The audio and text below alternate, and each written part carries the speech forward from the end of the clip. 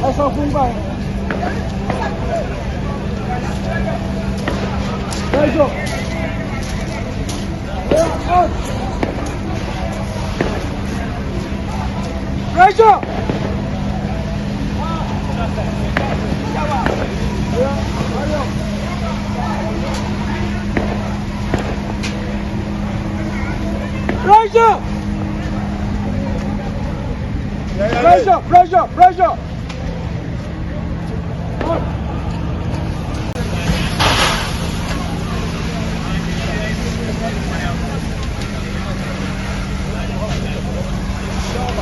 Now make I leave your shot.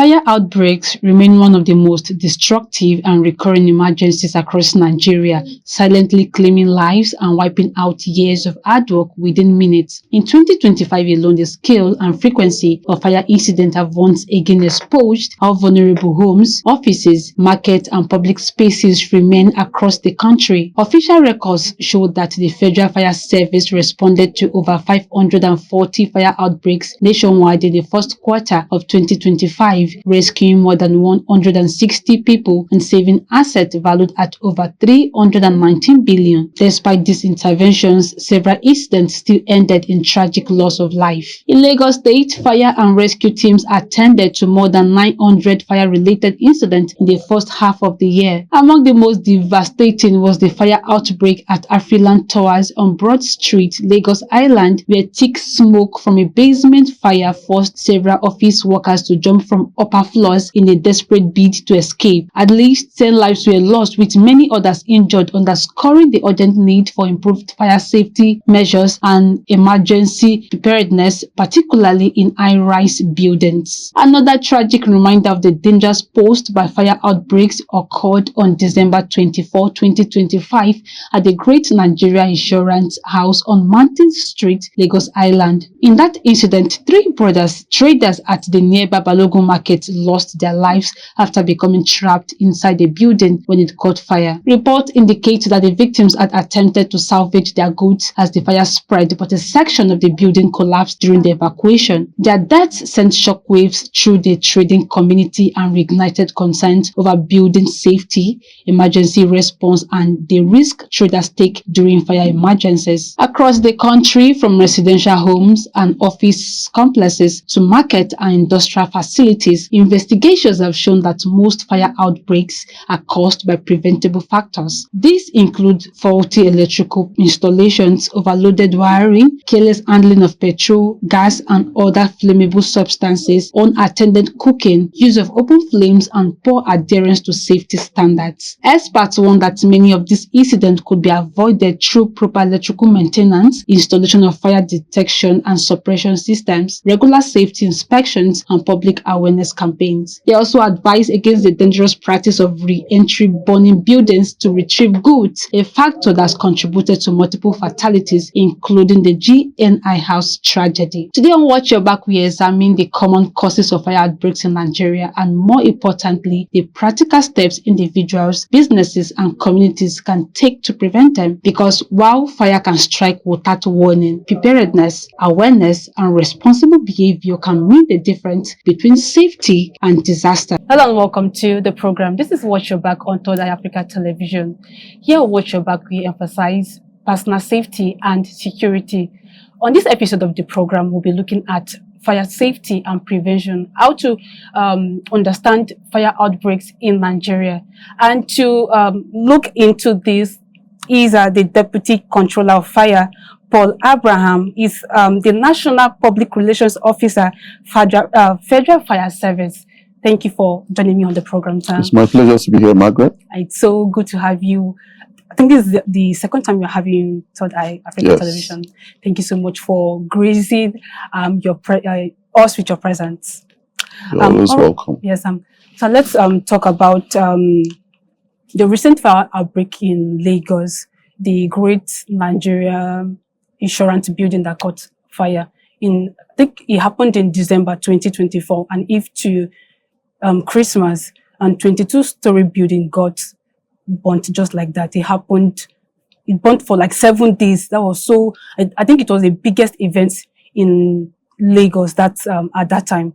So looking at that incident, so many lives were lost, properties lost, and the painful part of that incident were 3 brothers that lost their lives. I think they were buried today, January 14th, 2026. So it was so painful.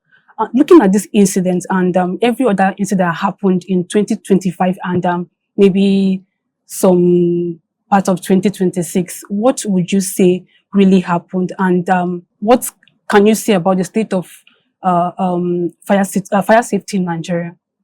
Well, thank you, Margaret, for having me. And again, thank you for, your question. The Great Nigeria Insurance building, 25-story building that was gutted by fire on the eve of Christmas, 24th of December 2025. And like you rightly noted, the fire incident, continued for a number of days. It actually started from, if my memory doesn't fail me, either the 4th or 5th floor. That's where the fire incident started from, And of course, if you do an overview, of the situation for 2025, we also had the Afri Tower building fire. Afri Tower, that was the first time incident that happened. Yeah, Afri Tower building incident, of course. We noted that there was the arena markets, even crossing into the new year and all of that. Well, when you talk about safety preparedness in Nigeria, the situation that we are faced with at the moment is such that the level of preparedness, coming from the occupants or those who dwell these buildings, is becoming clear that they're not prepared. Fire is inevitable. We can do all we can to prevent fire, but it can still happen. But when it happens, it's our level of preparedness, which, of course, you cannot micromanage. Preparedness is something that you cannot micromanage. It comes from stimulation exercise, and drills, and once this stimulation exercise is not done repeatedly, we advise at the Federal Fire Service that at least you do stimulation exercise twice in a year. What is stimulation exercise? An exercise that you stimulate an incident and then you try, to respond. That respond process is what makes you prepared. So if, for example, Afri Towers or the Great Nigeria Insurance building, high rise as the case is, were prepared through stimulation exercise, people would have known what to do in case there's fire or other related emergency. How to gather at the muster point, which exit door to use, and all of that. So yeah, at the moment, we think that there's a gap, a large gap in the area of preparedness. Are you also saying that Nigerians, with a recent event, fire outbreaks, are you saying that Nigerians have treated fire safety like an afterthought, like we don't take fire safety seriously? Well, the answer is yes and no. We cannot generalize. So it would be wrong to say Nigerians, so we cannot generalize. But of course, the answer is a yes and no. We actually don't have a culture of safety, as growing up, the curriculum, our exposure, our experience, our nurture, doesn't build into us that culture of safety. And little wonder you see high-rise building without safety officers, you have security men. So Nigerians naturally are inclined to security, but not safety. Okay, so culturally it's not there yet, but of course it's something that we are trying to now begin to instill, at the Federal Fire Service. Just recently we had the National Fire Safety Week, and the theme was reorientation. We wanted Nigerians to begin to build a culture of safety, a culture of fire safety. And that culture, of course, will come with education, with awareness, with public engagement, with stakeholder engagement, and all of that. So it's a culture that is growing. And then, of course, the number of incidents that we had in 2025 is also a pointer. People are becoming aware that, look, we need to be prepared, we need to be conscious, we need to get ready for the evil day, that this may happen, as the case may be. Yeah. When it comes to this program, it's all about awareness. It's Watch Your Back. It's about awareness. So what actually qualifies an outbreak, a fire incident or fire outbreak? Of course, fire outbreak means fire out of control. It's as simple as that. Once fire, I mean, you use fire every day. You use your electric iron. That's a kind of energy of fire. You use your gas cooker, and all of that. Okay. But once it's out of control, it becomes a fire outbreak. Okay. Because it has broken beyond the limits. So like they usually say, fire is a good servant, but a terrible master. So once fire goes beyond the borders or confines that you're supposed to use it for, it becomes a fire outbreak, And so once there's a fire outbreak, there's need to be prepared. There needs to respond. There's need to attack fire at the incipient stage before it metamorphoses into a full-blown inferno, as the case may be. Yeah. So I want you to educate us on the elements, the driving force for an outbreak, because a fire outbreak will not happen if there's no driving force. So I want you to educate us on that. Okay, for purpose of education, it's scientific. Once you have oxygen, heat, and fuel, we call them the fire triangle. There's oxygen, there's heat, and there's fuel. Fire is inevitable. Once those three components, come together, there must be a reaction. And once that reaction happens and is not within control, remember, it is beyond the border or the limits to which you want it for, then you can say that you have a fire outbreak. Yes. So, based on your experience, and because with your designation, I know you are experienced when it comes to fire safety and all that. So, based on your experience and previous incident of fire, what can you really say are the common causes of fire incidents in the country? At the Federal Fire Service, we have a data repository center. What that does for us is we're able to follow trends, we're able to monitor events, we're able to monitor incidents and all of that. I can tell you on good authority, firstly, that more than 70% of fire incidents in Nigeria is out of negligence. That means these are fires that are avoidable or preventable, as the case may be. If people were more careful, were more safety aware, were more conscious of the environment and the danger of fire, it possibly will not happen. That's number one.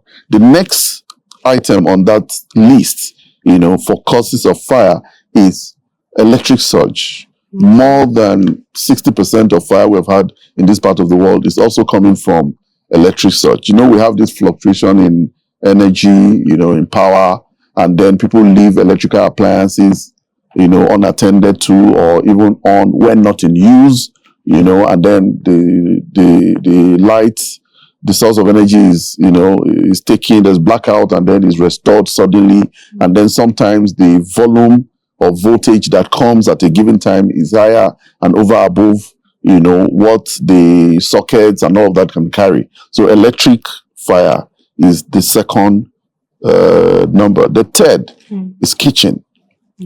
Fire happening in the kitchen, maybe from gas cylinder, from leaking gas, from unattended cooking, and all of that. So I'll just stop at that three. Okay, yeah, let me take you on that kitchen aspect of what you just said now. There's this, is it belief, should I say belief, that when you are in the kitchen, maybe you're preparing, making a meal or something, and you are on call, and your battery if your battery should reduce to 50%, that there will be a fire outbreak. Is that well, I don't know. I don't know about belief. I don't know about belief, but of course, if you follow our Facebook page, Twitter, TikTok, and Instagram at the Federal Fire Service, just recently we published an article on your kitchen is meant for cooking. It's not a phone booth. We don't encourage people to use their phones. So it's actually wrong to make calls. To use your phone while in the kitchen. Maybe not wrong to make calls, but you can be distracted. Okay. The distractive part of it is the emphasis for us. Okay, so we'll encourage people not to have their phones in the kitchen while cooking, because once you're distracted, the gas cylinder or the food you're cooking becomes unattended to. And it's difficult to multitask, especially if it's your son that called or your friend that you have not seen in a long time. People just abandon what they're doing, and move on. Okay, so I don't know about the belief of 50%. That's a little mystical, if I use that word. So let's leave the mystical part and concentrate on the fact that if you are cooking, it is advisable that you don't use your phone, because you can be distracted, and then anything can happen. Or can it lead to an outbreak of fire? Oh, of course, yes. Okay, because of course, the what do we call it? There's a transmission, crisscrossing from one point to the other. So just the same way, you'll not be allowed to use your phone when you're at the filling station and the machine is on. I mean, you're not advisable. It's not advisable to come into your kitchen with your phone and then you're cooking, because anything can happen. Radiation, anything can trigger a fire at that instance. It's actually wrong to yes, it's advisable to keep your phones out of your kitchen, especially when you're cooking. Yeah. Talking about prevention, before people will adhere to maybe safety regulations, or there need to be regulations and guidelines. So is there regulations and guidelines by the Federal Fire Service? Oh, plenty of guidelines. Let me start by saying that beyond the written building codes, the Federal Fire Service Act and other regulations, just recently the Comptroller General, sometimes in October, set up the task force on public and private building audit. Public and private building audit. The essence of that task force is to audit public and private buildings to see their level of preparedness, the level of compliance with fire safety regulations. Because like we said, fire will always start at the incipient stage, and first aid firefighting gadgets like your smoke detector, your alarm system, your sprinklers, your fire blanket, and the rest of them, once they are handy, everybody will be able to put fire out at the incipient stage. So when you talk about regulations, of course there are regulations. I can list them: the Federal Fire Service Act, the building regulation, the building code, and all of that. So those regulations, of course, are there. So I will take you back to what you said, negligence on causes of fire outbreaks. Would you say the fire incident in Lagos, the Great Nigerian Insurance, would you say is as a result of negligence on the part of people there? Our men from the investigation unit, I know for sure were there. I don't have a definite report as to the cause of that fire, so I wouldn't want to attribute it to. I wouldn't want to overreach the investigators. In the fullness of time, there will be an investigation report, and it will tell us the actual cause of fire. But when I talk about negligence, I'm saying that negligence or neglect that caused fire is such that if people were just a little more careful, these fires will not happen. I don't know if you get what I'm saying. So that's what I mean when I say that more than 70%. There are some things that are preventable. Yes, they're preventable. Yes. So I won't be able to say whether it's negligent on the part of the managers or the inverter. You understand? Inverter can cause a fire, but when last was it managed? Is it properly placed? When was the last time a housekeeping happened? I don't know if you understand. So when you're talking about negligence, you are now interrogating what is the remote cause. Do you understand? The actual cost can be an inverter fire. What is the remote cause? What is those things that the natural eye may not have seen that may have instigated this fire? Is it that the inverter was kept in a place that didn't have ventilation? Is it that the inverter was kept somewhere where the batteries, were heated up? You understand? That means that if you have simple knowledge to know that, okay, my inverters must be in places that are properly ventilated. If I have an inverter here, then I must have a fireball. Fireball is the first aid firefighting equipment, or gadget. If you have it and then the smoke or the heat or the temperature in a particular place rises to a particular point, it will trigger, and then the fireball will explode and put off that fire or cool the heat, reduce the heat level. Remember, heat, oxygen, and fuel will produce fire. So, so when you don't take those steps, those are the neglects that we're talking about. So the actual cause can be gas fire. But what actually triggered that gas fire? Was the gas under the sun? Was it leaking and nobody paid attention to it? Okay. When the fire started at the incipient stage, was there a fire blanket? Did the responders or the occupant of the building know how to use a fire blanket immediately they saw that fire? Did they call emergency number immediately? Those are all surrounding issues that we can attribute to negligence. But to do this, it will take investigations. But now that the building is down, how would the investigations take I'm place? sure that investigators would have picked out their components for interrogation. Yes. Okay. Yes. Let's talk about panicking during fire incident. Is it okay to panic when there's a fire incident, or what should someone do, an individual do, when there's a fire outbreak? Well, if you ask me if it's okay, I mean, if this whole building begins to vibrate, it's natural to panic. But the issue is, if you rehearse, let me use that word, if you rehearse, if you stimulate, okay, that's what we talk about, stimulation exercise. It helps preparedness. It then means that if it happens, okay, why do you get on board an airplane and they said, okay, put on your seatbelt, this is your nose mask, help those, put it on before you help anybody that is handicapped. Why did they do all of that? It's to prepare you in case there's an emergency. You understand? So it's okay to panic, but the issue is if you do your routine bi-yearly stimulation exercise, how to evacuate if anything happens, people will be much more toughened and briefed up so that when it happens, they know what to do. So the issue a lot of times is that people don't know what to do when it happens. And so panic takes over the day. Yeah. All right. As I will talk about compliance when it comes to safety guidelines, but we'll quickly go on a short break and we'll come back.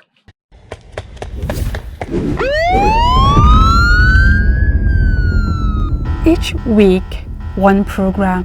The most gripping crimes. The stories you won't forget. Crimes of the Week on Third Eye Africa TV.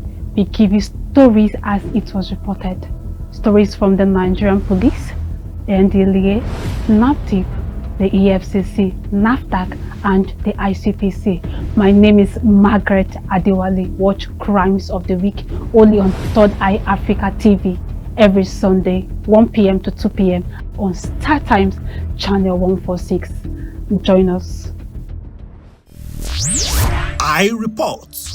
Have you ever witnessed a crime or suspicious activity around you? Don't stay silent. Take action. You can now report crimes easily by sending videos to us on iReport.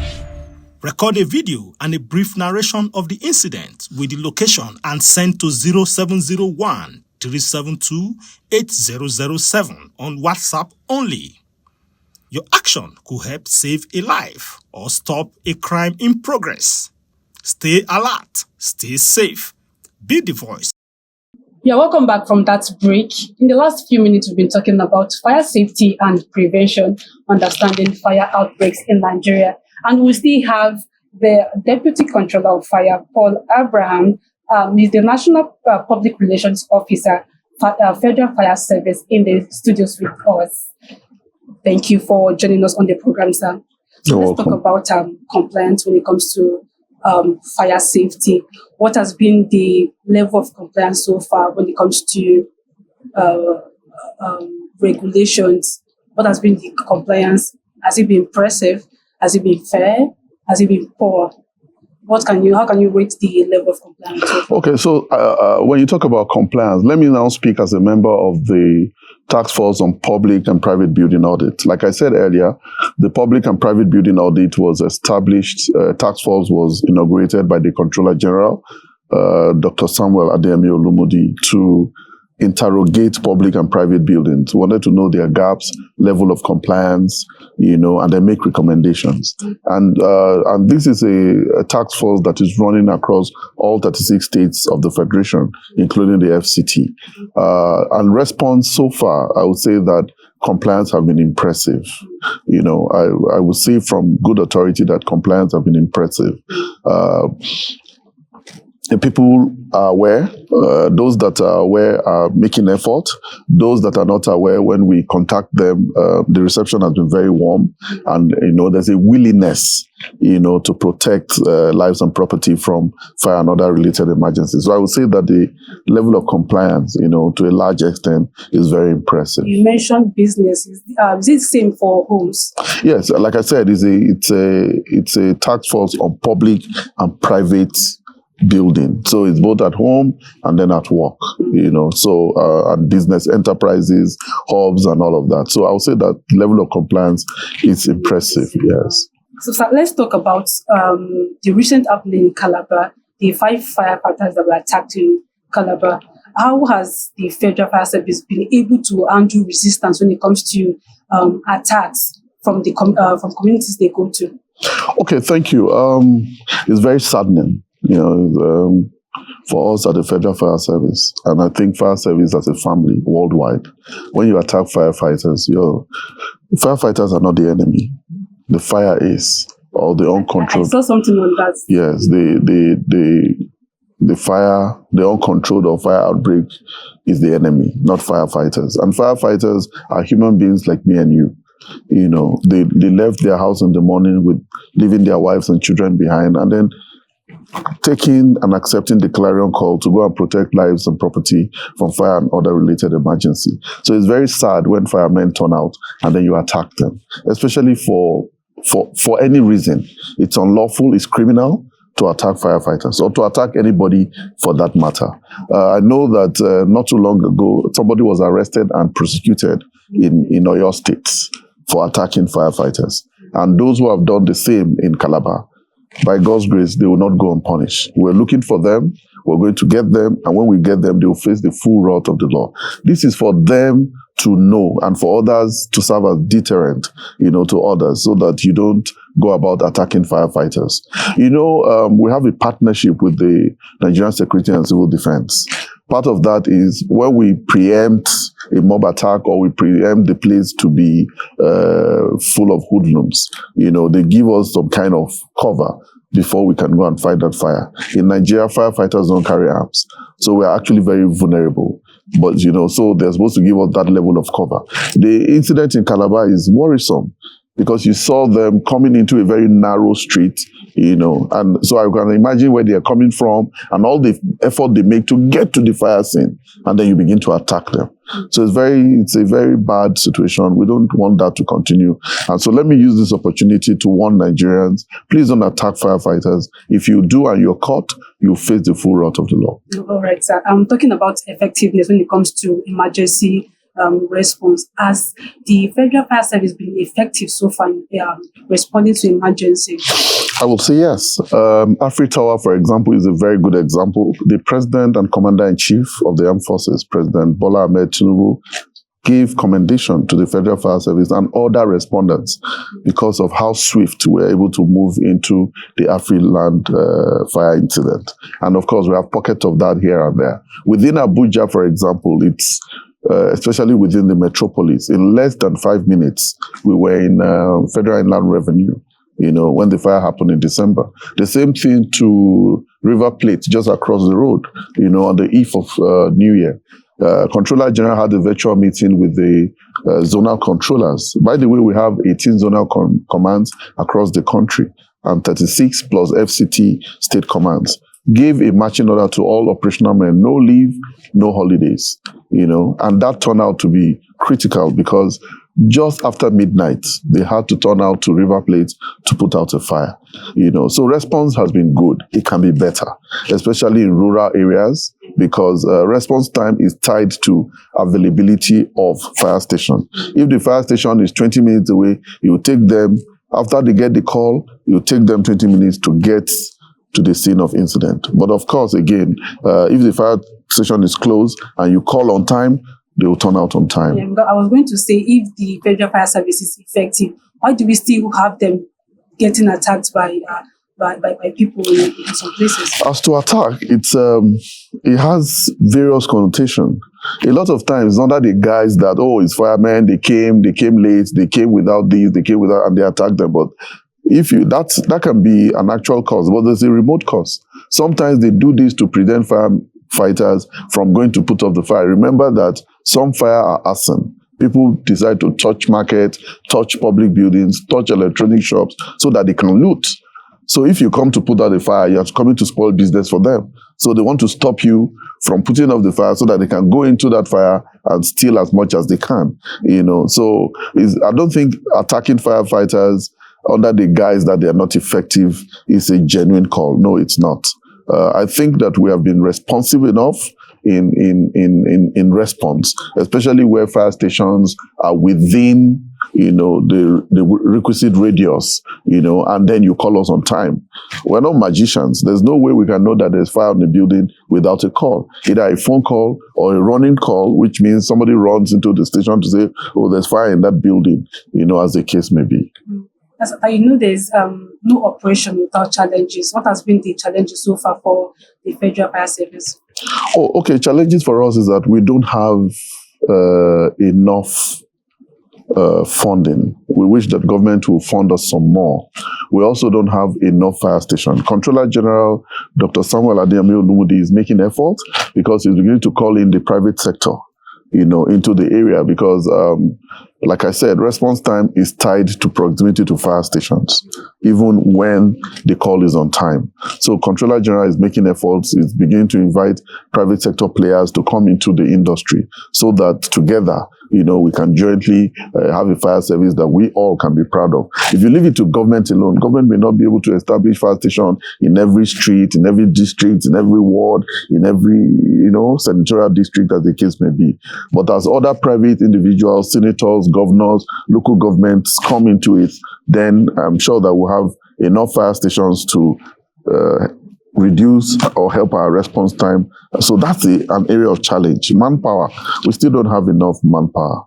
We wish that we can recruit some more, so that we can have manpower. And then, of course, our acts.